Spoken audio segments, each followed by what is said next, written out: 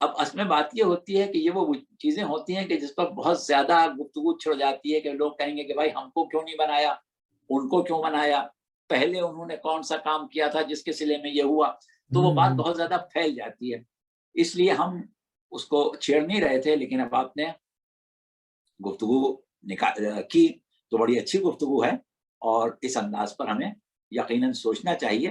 تو بات یہی ہے کہ کچھ برگزیدہ بندے اللہ کے ہیں کہ جنہیں اللہ نے, اب جیسے مثال کے طور پر ہم نے کہا کہ اللہ نے کہا کہ یا ایھا الذین آمنوا اتقوا اللہ وکونوا مع الصادقین, اے صاحبان ایمان اللہ کا تقوی اختیار کرو, اللہ سے ڈرو. کیسے ڈریں؟ صادقین کی میت اختیار کرو. تو اب ظاہر ہے کہ یا ایھا الذین آمنوا کوئی اور ہیں اور صادقین کوئی اور ہیں, تو اب کوئی صادقین ہونا چاہیے تھے جن کی میت اختیار کرتے, کچھ ایسے ہونا چاہیے تھے جن کی مودت سب کے اوپر واجب ہوتی, کچھ ایسے ہونا چاہیے تھے جن کی اطاعت سب کے اوپر واجب ہوتی, کچھ ایسے ہونا چاہیے تھے جن سے سب سوال کرتے. تو اس اعتبار سے کچھ چیزیں اللہ دیتا ہے. قل کفی باللہ شہیدا بینی و بینکم ومن عندہ علم الکتاب, اے رسول آپ کہہ دیجئے کہ آپ کی نبوت کی گواہی کے لیے ایک اللہ اور ایک وہ کافی ہے جس کے پاس علم کتاب ہے. تو وہ علم کتاب تو بہرحال اللہ ہی نے دیا ہے نا. تو یہ ایک مقام ہے باہر. ایک میرا سوال تھا, صرف ایک فالو اپ. جی وہ مولانا صاحب نے بھی کہا کہ امام حسن اور امام حسین کو, شاید میں نے صحیح طرح سنا ہے کہ نہیں, رسول اللہ نے اپنی زندگی میں ان کو امام کہا, کہ بات صحیح سنی ہے میں نے؟ جی ہاں, امام کہا, اور بہت مشہور حدیث ہے جس میں آپ نے کہا ہے, یہاں صرف ترجمہ بیان کیے دیتے ہیں کہ میرے دونوں بیٹے امام ہیں, خواہ کھڑے ہوں خواہ بیٹھے. اب وہاں پر کھڑے ہونے اور بیٹھنے کا مطلب یہ لیا جاتا ہے کہ آمادہ جہاد ہوں یا خاموشی اختیار کریں. صحیح ہے, ٹھیک ہے, شکریہ. اچھا خواتین حضرات, اگر آپ کے پاس سوال نہیں ہے تو مولانا صاحب کی زحمت کو تمام کرتے ہیں, اور پھر انشاءاللہ 5 فروری کو اگلا پروگرام کریں گے امامت پہ. لیکن مولانا صاحب ایک بات جو ہے وہ ہم نے, وہ زرین کا سوال ہے بہت پرانا کہ امام کی غیر موجودگی کے اندر ہدایت ہم کس طرح حاصل کریں گے, اس کا جواب ایک نہ ایک دن آپ نے دینا ہے. جی ہاں, وہ سوال بالکل اپنی جگہ ہے, کیونکہ اب ہم یہاں تک پہنچ گئے ہیں. اب انشاءاللہ جو ہمارا تسلسل آگے بڑھے گا اس میں امام کی ذمہ داریاں اور امام کا امت سے تسلسل فیض حاصل کرنا, اس کے اوپر آئیں گے ہم, اور پھر اس کے بعد اور آگے بڑھ کے پھر عقیدہ رجعت وغیرہ پر آئیں گے, تو انشاءاللہ اس میں یہ چیزیں آ جائیں گی. چلیے ٹھیک ہے, اچھی بات ہے. خواتین بہت بہت شکریہ آپ کے پروگرام میں شرکت کا, اور امید ہے کہ آپ آئندہ پروگرام میں بھی شرکت کریں گے. اپنے سوال ضرور تیار کر لیا کریں تاکہ ڈسکشن میں اور مزید معلومات ذرا ڈائیورسفائڈ قسم کا ڈسکشن ہو جائے. تو مولانا صاحب آپ کو بھی بہت بہت شکریہ. انشاءاللہ پھر 5 فروری کو, یعنی کہ آپ کی 6 فروری کی صبح کو آپ سے ملاقات ہوگی پھر ایک مرتبہ انشاءاللہ. خدا حافظ. بہت بہت شکریہ آپ کا بھی, اور ہمارے سامعین اور ناظرین کا بھی, کہ جو آپ کی دعوت پر آتے ہیں اور ماشاءاللہ سے بہت غور سے گفتگو سنتے ہیں. اور ابھی آج کی جو ہماری گفتگو تھی, ابھی اس میں جو معجزات اور کرامات پر بات ہوئی تھی وہ اور ہمیں آگے کرنا تھی, لیکن کچھ درمیان میں دوسری باتیں آ گئیں تو وہ رہ گئی. انشاءاللہ آئندہ تقریر میں ہم کوشش کریں گے کہ جو کمی آج رہ گئی ہے اس کو بھی پورا کر لیں گے انشاءاللہ. اچھی بات ہے, بہت بہت شکریہ مولانا. اچھی بات ہے. خدا حافظ. خدا حافظ.